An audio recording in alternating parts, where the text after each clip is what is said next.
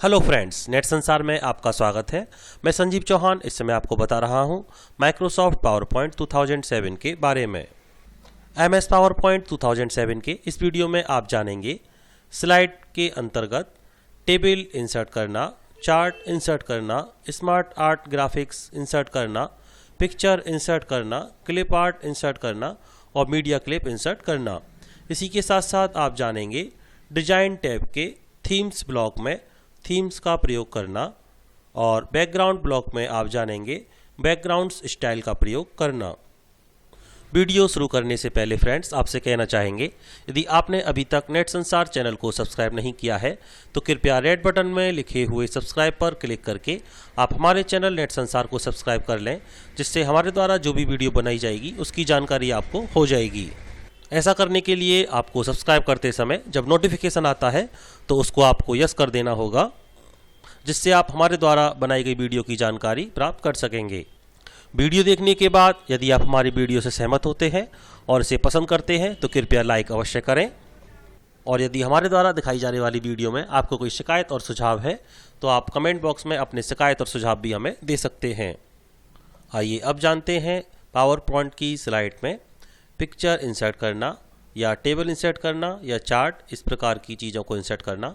आप देखेंगे power point की स्लाइड में जब आपको कुछ इस प्रकार की स्लाइड मिलती है तो यहाँ कुछ आइकन आपको दिखाई देते हैं, और जिस पर भी आप माउस का आइकन ले जाएंगे उसका नाम आपको यहाँ दिखाई दे जाएगा। जैसे आपको मान लीजिए टेबल इंसर्ट करनी है तो ये टेबल का आइकन है, चार्ट इंसर्ट करना है या आपको स्मार्ट आर्ट ग्राफिक्स का प्रयोग करना है या पिक्चर इंसर्ट करनी है या क्लिप आर्ट या आपको मीडिया क्लिप, इस प्रकार से आपको कुछ इंसर्ट करना है। तो इसको इंसर्ट करने के लिए आप इसके माउस पॉइंटर को इस पर ले जाएं और माउस पॉइंटर के द्वारा आप लेफ्ट बटन को क्लिक कर दें माउस से, तो आप देखेंगे आप जो भी आइकन चुनेंगे उससे संबंधित आपको एक विंडो मिल जाएगी और इसमें इंसर्ट टेबल। अब नंबर और कॉलम्स आपको यहाँ देने हैं। जैसे मान लीजिए हमको अप और डाउन एरो की का प्रयोग करते हुए कॉलम की संख्या को यहाँ टाइप कर देंगे। जैसे मान लीजिए हमको 6 कॉलम चाहिए और नंबर रोज़, हम रोज़ को भी बढ़ा देते हैं, हमने इसको भी 6 कर लिया। और जैसे ही हम ओके बटन पर क्लिक करेंगे हमारे लिए एक टेबल इंसर्ट होकर हमारी पावर पॉइंट की स्लाइड में आ जाएगी। और अब हम इस टेबल पर वही कार्य कर सकते हैं जैसे हमने वर्ड में अपनी टेबल पर कार्य किया था। जैसे आपको टेक्स्ट टाइप करना है तो आप किसी भी सेल में जाकर टेक्स्ट को टाइप कर लें। जैसे मान लीजिए हमको इसमें सीरियल नंबर टाइप करना है तो हमने सीरियल नंबर टाइप कर दिया और टैब की के द्वारा हम अगली सेल में आ जाएंगे और यहाँ पर भी हम अब टेक्स्ट टाइप कर सकते हैं। इसी प्रकार से आप सारी टेबल को फिल कर सकते हैं। और यदि आपको टेबल को मूव कराना है यानी किसी अन्य स्थान पर ले जाना है तो टेबल में जो लाइन होती है यानी कि ऊपर वाली और नीचे वाली लाइन, इस पर आप माउस पॉइंटर को ले जाएंगे और जब माउस पॉइंटर का आकार कुछ इस प्रकार से हो जाता है यानी कि चारों साइड में एरो होता है, तब आप इस लाइन पर माउस पॉइंटर को रखें और लेफ्ट बटन को दबाए रखते हुए उसे नीचे की तरफ खींचेंगे तो आप देखेंगे आपकी टेबल मूव होगी और आप जिस स्थान पर इसे रखना चाहते हैं वहां लाकर माउस को लेफ्ट बटन आप छोड़ सकते हैं और इस प्रकार से आपकी टेबल मूव होकर उस स्थान पर आ जाएगी। अब यदि आप चाहते हैं टेबल में स्टाइल का प्रयोग करना तो आप देखेंगे ऊपर जिस प्रकार की स्टाइल है आप उस पर माउस पॉइंटर को ले जाएं, उसी के अनुसार आपकी टेबल का कलर या आपकी स्टाइल चेंज हो जाएगी। इसी प्रकार से आप इसमें वह सभी प्रयोग कर सकते हैं जो आप वर्ड की टेबल में करते हैं। बॉर्डर, शेडिंग, इफेक्ट, या आपको सभी प्रयोग ऊपर दिखाई दे जाते हैं और इन सभी का प्रयोग आप अपनी टेबल के लिए कर सकते हैं। आप इसका साइज कम और ज़्यादा करना चाहते हैं तो माउस पॉइंटर को इसके पॉइंट्स पर ले जाएं जहां जहां आपको इसके बॉर्डर दिखाई देते हैं और ये कॉर्नर है, इसके द्वारा आप इसको बड़ा और छोटा कर सकते हैं। मान लीजिए हमको इसको ऊपर की तरफ बढ़ाना है तो आप देख सकते हैं माउस पॉइंटर का आकार अप और डाउन एरो में परिवर्तित हो गया है। और अब हम माउस की सहायता से लेफ्ट बटन को दबाए रखते हुए इसे ऊपर की तरफ खींचेंगे तो आप देखेंगे इसका आकार बढ़ जाएगा और ये बढ़े हुए साइज में हमारी पावर पॉइंट की स्लाइड पर टेबल दिखाई देगी। इसी प्रकार से जब आप एक टेबल का निर्माण कर लेंगे अपनी स्लाइड पर तो आप चार्ट का प्रयोग भी कर पाएंगे और अपनी टेबल को चार्ट के रूप में दिखा सकते हैं। हम चार्ट पर लेफ्ट क्लिक कर देंगे और यदि आपने पावर पॉइंट में कोई टेबल बनाई है तो ठीक है, नहीं तो आप किसी एक्सेल की टेबल को भी अपने चार्ट के रूप में दिखा सकते हैं। जैसे मान लीजिए हमने पहले एक चार्ट का प्रकार यहाँ से चुन लेते हैं और जैसे ही हम इसको चुनने के बाद ओके पर क्लिक करेंगे हमारी स्लाइड हमारे एक्सेल से कनेक्ट हो जाएगी और इसमें से जो भी टेबल हमको चाहिए उस टेबल का डेटा हम अपने चार्ट के रूप में दिखा सकते हैं पावर पॉइंट की स्लाइड पर भी। और अगर आप इसे हटाना चाहते हैं तो आप इसको क्लिक कर दें जिससे ये सेलेक्ट हो जाएगा और डिलीट की को दबा दें कीबोर्ड की सहायता से, तो ये चार्ट भी आप इसे हटा सकते हैं। इसी प्रकार से आप स्मार्ट आर्ट का प्रयोग कर सकते हैं और इसमें दिए गए सभी विकल्प, लिस्ट, प्रोसेस, जैसे हमने आपको वर्ड में बता रखा था इसी प्रकार से आप यहाँ पर भी इनका प्रयोग करके और अपने स्लाइड में स्मार्ट आर्ट का प्रयोग ग्राफिक्स के द्वारा कर सकते हैं। अगर आपको पिक्चर इंसर्ट करनी है तो आप इंसर्ट टैब के द्वारा भी इंसर्ट कर सकते हैं, और आप यहाँ देखेंगे ये आइकन है, इसके द्वारा भी आप पिक्चर इंसर्ट कर सकते हैं। जैसे ही आप इस पर माउस की सहायता से लेफ्ट बटन दबाएंगे, आप अपने कंप्यूटर में जाकर एक पिक्चर को चुन लें, और उस पिक्चर को चुनने के बाद अपनी स्लाइड में भी आप प्रयोग कर सकते हैं। जैसे ही हमने इस पर क्लिक किया, हम अपने सिस्टम में चले जाएंगे और यहाँ से कोई एक पिक्चर हम चुनने के बाद अपनी पावर पॉइंट की स्लाइड में भी लगा सकते हैं। मान लीजिए हमने एक पिक्चर का चुनाव किया, और जैसे ही हम सेट बटन पर क्लिक करेंगे वो पिक्चर हमारी स्लाइड में आ जाएगी। और इसका साइज कम या ज़्यादा करने के लिए हम इसके कॉर्नर पर माउस पॉइंटर को ले जाकर ड्रैग की सहायता से इसका आकार कम या ज़्यादा कर सकते हैं। और आप इस प्रकार से देख सकते हैं हमने इसमें पिक्चर को भी इंसर्ट कर लिया। अगर इसे हटाना चाहते हैं तो पहले इस पर एक बार क्लिक कर दें, जिससे यह सेलेक्ट हो जाती है और इसके चारों कोनों पर इसके बॉर्डर आपको दिखाई देते हैं, कॉर्नर्स। और आप इसे डिलीट की दबा दें कीबोर्ड की सहायता से, यह हट जाएगी और अपनी पुरानी अवस्था में आप वापस आ जाएंगे। इसी प्रकार से आप क्लिप आर्ट, हमने आपको जैसे वर्ड में बताया था, क्लिप आर्ट आप यहाँ भी प्रयोग कर सकते हैं। पहले क्लिप आर्ट के आइकन पर क्लिक कर दें और इससे आप देखेंगे जो आपका राइट टास्क पेन है इसमें आपको क्लिप आर्ट मिल जाएगा। और यहाँ पर आप जिस इमेज को चाहते हैं उस इमेज को यहाँ पर सर्च बार में क्लिक कर दें, या आप सीधे गो पर क्लिक कर दें तो सभी पिक्चर आपके सामने आ जाएंगी। अब आप अपने स्लाइड से संबंधित कोई भी पिक्चर यहाँ से चुन सकते हैं। मान लीजिए हमको प्रैक्टिकल से संबंधित कुछ पिक्चर को चुनना है, हमने क्लिप आर्ट पे क्लिक कर दिया और हमारी जो इमेज है वो हमारी स्लाइड में आ जाएगी। और अब हम इसको उसी प्रकार से जैसे हमने आपको इंसर्ट में बताया था, आप इसको डिजाइन दे सकते हैं, स्टाइल दे सकते हैं, या जो भी आपको इसको साथ प्रयोग करना है वह सभी प्रयोग करने के बाद अपनी स्लाइड के रूप में इसे दिखा सकते हैं। अब मान लीजिए आपको कोई वीडियो फाइल या मीडिया क्लिप इसमें ऐड करनी है, तो आप देखेंगे जो लास्ट आइकन इसमें दिया होता है, इस पर आप माउस की सहायता से पहले लेफ्ट क्लिक कर दें, और जहां कहीं भी आपके सिस्टम में जो वीडियो आपने बनाई हुई है उसको आप पहले क्लिक कर लें और ओके पर बटन पर क्लिक कर दें। और जैसे ही आपके सामने जो मैसेज आता है इसमें आप ऑटोमेटिकली पर क्लिक कर दें। और जब आप इसको प्रीव्यू की सहायता से देखना चाहेंगे, मान लीजिए प्रीव्यू में जाके हम इस पर क्लिक कर देते हैं, तो आपकी स्लाइड रन होने लग जाएगी। तो इस प्रकार आप देख सकते हैं इन सभी आइकन का प्रयोग हम अपनी स्लाइड में कर सकते हैं, और इसके द्वारा आपको जिस प्रकार की भी आवश्यकता होती है उसके अनुसार आप अपनी स्लाइड में उसको प्रेजेंट कर सकते हैं। आइए अब जानते हैं पावर पॉइंट की स्लाइड में थीम्स का प्रयोग करना। आप देखेंगे हमने अभी जितनी भी स्लाइड बनाई हैं सभी एक प्लेन है, यानी कि वाइट कलर में हमको स्लाइड दिखाई देती हैं। और अगर आप चाहते हैं इनको कलरफुल करना तो आप इसके लिए थीम का प्रयोग कर सकते हैं।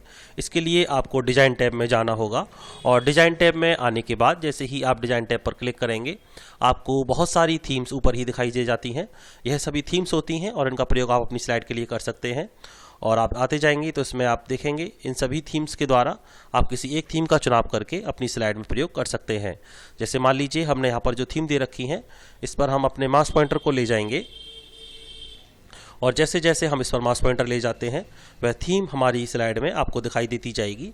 और जो भी थीम आपको पसंद आती है उस थीम को आप केवल माउस की सहायता से एक बार लेफ्ट क्लिक कर दें। यदि आपको और थीम की आवश्यकता है तो इस थीम में डाउनवर्ड एरो पर आप क्लिक कर दें और थीम आप यहाँ से देख सकते हैं। इसी प्रकार से आप थीम का चुनाव करने के बाद मान लीजिए हमने एक थीम पर क्लिक कर दिया, तो आप देखेंगे हमारी सभी जितनी भी स्लाइड पावर पॉइंट में दिखाई दे रही हैं सभी पर वह थीम अप्लाई हो जाएगी। और फिर हम जब इसको देखेंगे तो हमें सभी स्लाइड्स पर यह थीम का प्रयोग दिखाई देगा। आप देखेंगे थीम्स के साथ साथ इसमें आपको कलर और फॉन्ट इफेक्ट भी दिखाई देते हैं। इनका प्रयोग भी आप अपनी स्लाइड में इसी के साथ साथ करके देख सकते हैं। जैसे हम मान लीजिए कलर पर क्लिक करेंगे और इसमें जो भी कलर आपको दे रखा होता है उस पर आप जैसे जैसे माउस पॉइंटर को ले जाएंगे आप देखेंगे आपकी स्लाइड में भी कलर परिवर्तित होते हुए दिखाई आपको देंगे। इसी प्रकार से आप फॉन्ट और इफेक्ट का भी प्रयोग कर सकते हैं। जो भी फॉन्ट आप इसमें से चुनना चाहते हैं आप देख सकते हैं, जो भी आपको अच्छा लगता है उस किसी एक पर आप क्लिक कर दें, और इफेक्ट आप जो इफेक्ट चाहते हैं वो इफेक्ट भी आप यहाँ से चुन सकते हैं। थीम्स चुनने के बाद यदि आप चाहते हैं आपको बैकग्राउंड स्टाइल का प्रयोग करना है तो आप देखेंगे थीम ब्लॉक के बाद आपको एक बैकग्राउंड ब्लॉक इसमें दिखाई देता है, जिसकी सहायता से आप बैकग्राउंड स्टाइल में जाकर पहले लेफ्ट क्लिक कर देंगे और यहाँ पर जो भी आपको बैकग्राउंड दिखाई देता है आप उसकी सहायता से अपनी थीम में बैकग्राउंड को भी बदल सकते हैं। आप देख सकते हैं जैसे जैसे हम माउस पॉइंटर इस पर ले जाएंगे हमारी जो थीम हमने प्रयोग की है उसमें बैकग्राउंड बदलता जाएगा। जैसे आप ये पीछे बैकग्राउंड देख सकते हैं और इसमें आप देख सकते हैं ये परिवर्तन आपको प्रीव्यू के द्वारा दिखाई दे जाएगा। अगर आप बैकग्राउंड में भी और परिवर्तन करना चाहते हैं तो आप देखेंगे इसमें फॉर्मेट बैकग्राउंड, इस पर माउस की सहायता से लेफ्ट क्लिक कर दें और जैसे ही आप लेफ्ट क्लिक करेंगे आपको इससे संबंधित एक विंडो स्क्रीन पर आ जाएगी फॉर्मेट बैकग्राउंड को लेकर। और इसमें अब आप देख सकते हैं फिल और पिक्चर, दो विकल्प आपको दिखाई देंगे। फिल के द्वारा आप कलर फिल कर सकते हैं।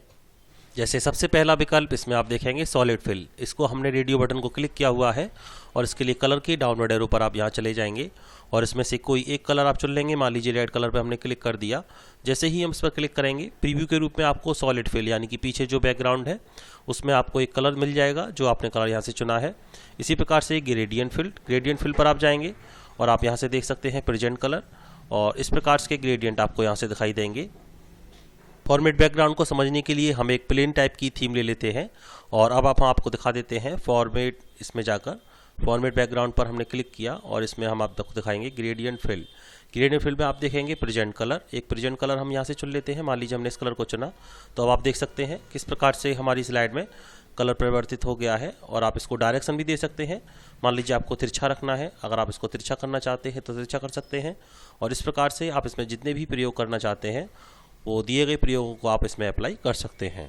फॉर्मेट बैकग्राउंड में ही आप एक बात याद रखें, जैसे आपने जो प्रयोग किया है और अब आप देखेंगे जैसे हम इसको रीसेट बैकग्राउंड करना चाहते हैं तो बदल भी सकते हैं। और यदि आपको इसे इसी स्लाइड पे रखना है यानी कि एक ही स्लाइड पे रखना है तो आप क्लोज बटन का प्रयोग करेंगे और आप देखेंगे कभी किसी स्लाइड पर यह प्रयोग नहीं हुआ है, केवल एक स्लाइड पर हुआ है। और यदि सभी के लिए आप इसे प्रयोग करना चाहते हैं तो फॉर्मेट बैकग्राउंड में जैसे ही आप एक ग्रेडियंट या कुछ चुनते हैं इस तरह से कलर वगैरह, तो आप अप्लाई टू ऑल पर क्लिक कर देंगे तो सभी स्लाइड्स में आप इसका प्रयोग देख सकते हैं। और सभी स्लाइड में इसका प्रयोग आने के बाद आप इसका प्रयोग अपनी सभी स्लाइडों के लिए कर सकते हैं। और जैसे आपने ग्रेडियंट फिल का प्रयोग किया है उसी प्रकार से आप पिक्चर और टेक्सचर फिल का भी प्रयोग कर सकते हैं। या आप टेक्सचर देख सकते हैं और यदि आप इसे बदलना चाहते हैं तो आप टेक्सचर को बदल भी सकते हैं और आप देखेंगे स्लाइड कितनी अलग हो जाती है और कितनी अच्छी लगती है। इसी प्रकार से आप देखेंगे हाइड बैकग्राउंड ग्राफिक्स, इसका प्रयोग अगर आप करते हैं तो आपको जो ग्राफिक्स हैं वो इसको यहाँ से आप देखेंगे ये इस प्रकार से परिवर्तन होता हुआ दिखाई देगा। आपको जो ग्राफिक्स है वो हट जाएगा और केवल आपका जो टेक्सचर है वही दिखाई देगा। अब मान लीजिए हम चाहते हैं इसमें एक फ़ाइल को इंसर्ट करना है तो आप यहाँ देखेंगे फाइल का जो बटन है इस पर आप क्लिक कर दें और इससे आप अपने कंप्यूटर में आ जाएंगे और एक फ़ाइल चुनने के बाद इस पर ओके क्लिक के बाद इंसर्ट पर बटन पर क्लिक कर देंगे और हमारी जो इमेज है वो इसमें आ जाएगी। और आप यहाँ देख सकते हैं जो हमारा टेक्स्ट है वो अपनी फाइल के ऊपर भी हम लिख सकते हैं और पीछे बैकग्राउंड में हमारी इमेज दिखाई देती रहेगी। अब आप पिक्चर में कुछ परिवर्तन करना चाहते हैं, जैसे मान लो आपको इसको आगे पीछे करना है या ऊपर नीचे करना है तो आप यहाँ देखेंगे नीचे कुछ ऑप्शन आपको दिखाई देते हैं ऑफसेट। इसमें आप लेफ़्ट, जैसे लेफ़्ट पे आप करना चाहेंगे तो आपकी जो देखेंगे इमेज लेफ़्ट में खिसकती जाएगी। यदि आपको इधर खिसकाना है तो आप इसको इधर कर सकते हैं। टॉप में करना है तो आप इसे टॉप में ले जा सकते हैं, डाउन में ले जाना है या टॉप में ले जाना है। राइट में करना है आप देखेंगे राइट में, अप डाउन, इस तरह से आप इसका प्रयोग कर सकते हैं। ट्रांसपेरेंसी यानी आपको इसकी ट्रांसपेरेंसी कितनी रखनी है, जैसे वाटर मार्क का प्रयोग होता है आप उसी प्रकार से इसमें ट्रांसपेरेंसी को भी कम ज़्यादा कर सकते हैं। जो स्लाइडर बार आप नीचे देखेंगे इसको आप लेफ्ट बटन को दबाए रखें माउस को और इसे खिसकाएंगे तो आप इसमें ट्रांसपेरेंसी को भी निर्धारित कर सकते हैं। पिक्चर सेट करने के बाद हम जैसे ही क्लोज करेंगे अब आप देख सकते हैं स्लाइड पर आकर और हम इस पर हम टेक्स्ट भी टाइप कर सकते हैं। हमारा कर्सर जैसे अगर आपको कुछ टाइप करना है तो आप जैसे पहले टाइप करते थे उसी प्रकार से आप यहाँ पर भी टाइप कर सकते हैं। जैसे हमने कुछ टेक्स्ट लिखना है तो आप देखेंगे हमने पहले से कुछ कॉपी किया हुआ है और उसको पेस्ट करके यहाँ लिख सकते हैं या आप कर्सर साथ साथ आता है इसके साथ साथ भी टाइप आप इसमें कर सकते हैं और आपकी जो इमेज है वो बैकग्राउंड के रूप में आपको दिखाई देती रहेगी। फॉर्मेट बैकग्राउंड में ही आप एक विकल्प और देखते हैं, इसमें आपको दिखेगा रीसेट बैकग्राउंड। इसके द्वारा आप रीसेट कर सकते हैं यानी कि वापस जा सकते हैं। जैसे ही हम इस पर क्लिक करेंगे और आप देखेंगे जो हमने प्रयोग किया था वो सभी हट जाएगा और हम वापस पुरानी अवस्था में आ जाएंगे जहां से हमने इस पर शुरुआत की थी इसको लगाने की। ये तो हो गया फॉर्मेट बैकग्राउंड को हटाना। अब इसको हम यहाँ से क्लोज कर देते हैं और इसके बाद आप देखेंगे जो हमने बैकग्राउंड प्रयोग किए हैं इसको भी हम हटा सकते हैं। बैकग्राउंड स्टाइल में हम जैसे ही जाएंगे और यहाँ पर आप देखेंगे फॉर्मेट बैकग्राउंड और यहाँ पर आपको देखेंगे ये वाइट, जो वाइट स्लाइड आपको दे रखी है इस पर आप क्लिक कर दें और इससे आप देखेंगे आपकी जो थीम आपने प्रयोग की थी उस पर आप आ जाएंगे। यदि आप इसको भी हटाना चाहते हैं तो इसी के साथ साथ आपको थीम में जो दूसरी थीम दिखाई देती है ऑफिस थीम, इस पर आप क्लिक कर दें और सभी स्लाइड आपकी पहले के अनुसार हो जाएंगी। और इसी प्रकार से आप अपनी स्लाइड में थीम्स का प्रयोग, बैकग्राउंड स्टाइल का प्रयोग या किसी ऑब्जेक्ट को इंसर्ट करने का प्रयोग आसानी से कर सकते हैं। तो फ्रेंड्स, नेट संसार में पावर पॉइंट के बारे में आज की वीडियो में इतना ही। MS पावर पॉइंट के बारे में और अधिक जानने के लिए मिलेंगे नेट संसार की अगली वीडियो में।